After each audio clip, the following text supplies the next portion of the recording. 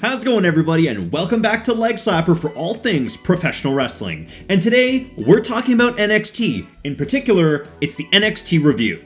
Just to kick things off, I really have to say it, and I feel like it's been said to death, but it deserves to be said. Stephanie Vaquer absolutely oozes championship aura. Every time you see her, you're like, yeah, she makes sense to be a double champion. She absolutely is a thing.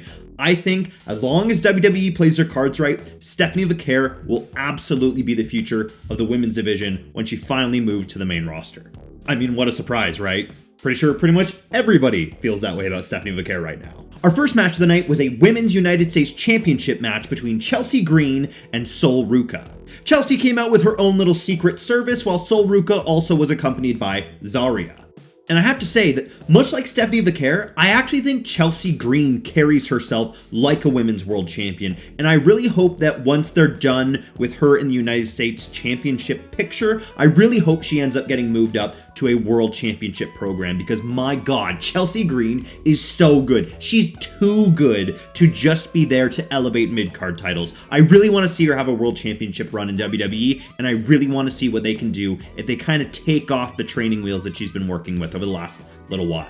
At the same time, Sol Ruca is also clearly being poised for great things. I was actually impressed by this match. I thought it was an excellent match. I enjoyed the way that the women opened up with some fun technical wrestling to kind of show off their prowess. And man, Sol Ruca is just so athletic with all her cartwheels, all her flips. Like, just go and try and do a cartwheel and tell me how easy it is to do a perfectly straight cartwheel. It's actually not as easy as it looks, not as easy as you might think it is. And like I said, just Chelsea absolutely oozed star power in this match. She is a wonderful heel. She's a wonderful, smarmy kind of chicken shit heel. She's afraid of losing her championship, and she has everything rigged in her favor to make sure she doesn't at all times. At one point, Sol Ruca hit a nasty drop kick off the top, and Chelsea Green sold it like an absolute pro. And now, I wasn't actually sure where to put it, but I have to mention that as someone who loves Booker T, I also love Booker T's commentary, and I'm aware that some people don't. I'm aware that his style of commentary isn't for everybody, but for me,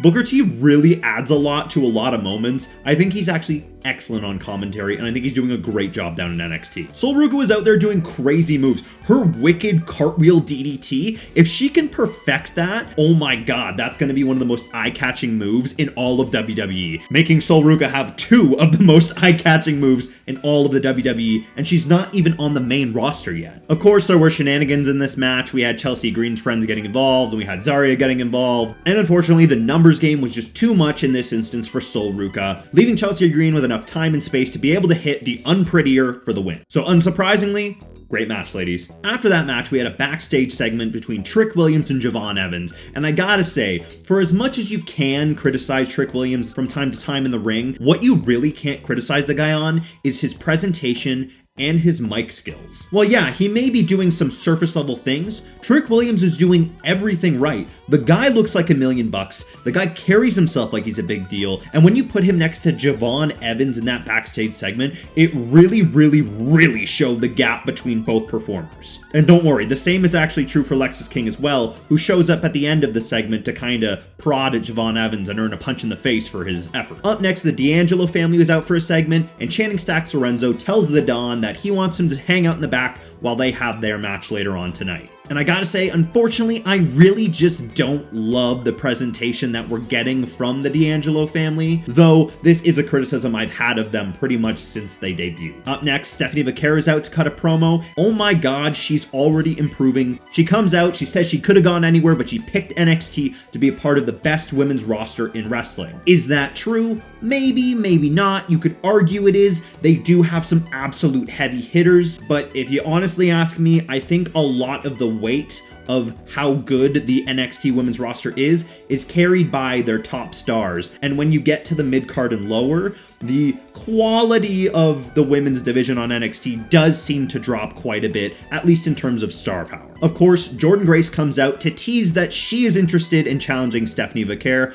only to be attacked by Jada Parker, who then steps in and says she is the one challenging her for the NXT Women's Championship. And for someone like myself who hasn't really been that high on Jada Parker, I actually liked this moment from her. I think she brought a lot of fire to it, and I actually thought that this moment in the ring with Stephanie Vaquer was a lot better than her backstage promo later on in the night. We got yet another backstage promo, this time with the tag team Hank and Tank, and while the guys are fun, I don't really know who they are beyond being rowdy sports bros, so I would like to see more from them. Up next, we had Josh Briggs and his partner Inamura out for a match against Hank and Tank, and I actually thought this match was a ton of fun. I liked Hank and Tank's little, we need to go extreme because the Hardy Boys are cool, so let's do that kind of stuff. So they do. Now, unfortunately, it didn't work out for them in this match, but man, I gotta say, Josh Briggs has been really impressing me, and he's also looking like $1 million. Josh Briggs is definitely a guy that I can see becoming a big deal in the future. His in-ring work is already there. As long as he's got the right people bumping for him, every single thing that Josh Briggs does looks like he absolutely is massacring his opponents, and that's awesome. I'm not actually sure if it is their tag team finisher, but the little assisted powerbomb that Hank and Tank did, I really like that. So if that's not their tag finisher, I hope they move forward and use it, because I thought it was a lot of fun. In the end, Hank and Tank were basically destroyed by a clothesline and a splash, giving the win to Briggs and Inamura. Following that, Eddie Thorpe and Ridge Holland had a weird little promo together about kind of being outsiders, not really being accepted. And I gotta say, I think Ridge Holland is a great promo, and I think, unfortunately, if it wasn't for the whole mishap with Big E, I think Ridge Holland would still be on the main roster doing great things right now. Unfortunately, he's stuck kind of with Eddie Thorpe, who I've never really enjoyed that much. I think he's really bland on the mic. I think he's really bland in the ring, and I'm hoping that he'll get into a program that'll really change that thought process around for me, because I want the best